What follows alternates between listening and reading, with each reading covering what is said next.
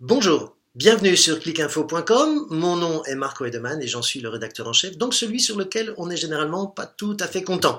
Bienvenue aussi chez moi, puisque c'est ici que désormais, tous les lundis, je vous recevrai pour 2 ou 3 petites minutes de billets d'humeur. Avant cela, je voulais vous souhaiter bienvenue sur notre nouvelle mise en page, puisque comme vous le constatez autour de mon visage, il y a plein de nouveautés sur le site. Merci à toute notre équipe qui a beaucoup travaillé pour cela. Et puis surtout, merci à vous qui êtes déjà entre 2 et 3 000 en moyenne chaque jour à venir nous rendre visite.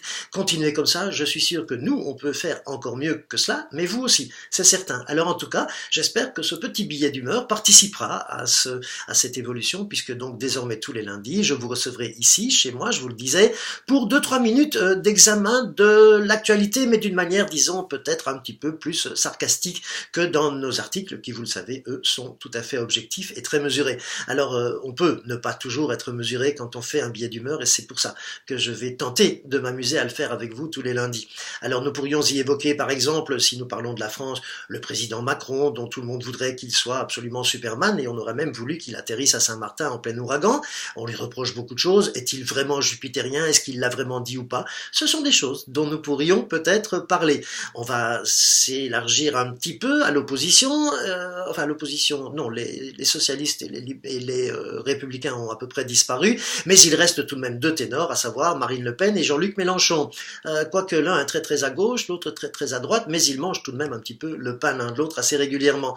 Et puis Jean-Luc Mélenchon, vous l'avez peut-être noté il y a quelques jours, a annoncé avec fracas qu'il décidait de quitter les réseaux sociaux. Pourquoi? Eh bien tout simplement parce qu'il paraît que c'est un monde un peu trop méchant et agressif pour lui. Et là, il faut tout de même le reconnaître, c'est un peu l'hôpital qui se fout de la charité. Si on part un peu plus loin dans le monde, eh bien nous pourrions évoquer Donald et son petit camarade Kim, qui eux ont décidé de jouer à la bataille navale ou à Stratego, mais en vrai, avec nos vies, et donc qui risquent bien un jour de lancer de vraies bombes. Et ça, c'est très embêtant.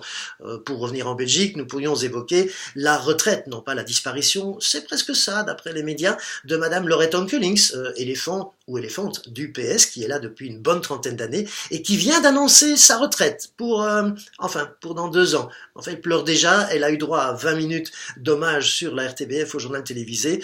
Peut-être qu'elle avait tout simplement envie d'assister à ses obsèques télévisuelles avant même d'avoir disparu. Et puis nous pourrions peut-être aussi oser évoquer un certain président Erdogan qui organiserait des petites fêtes pour la presse.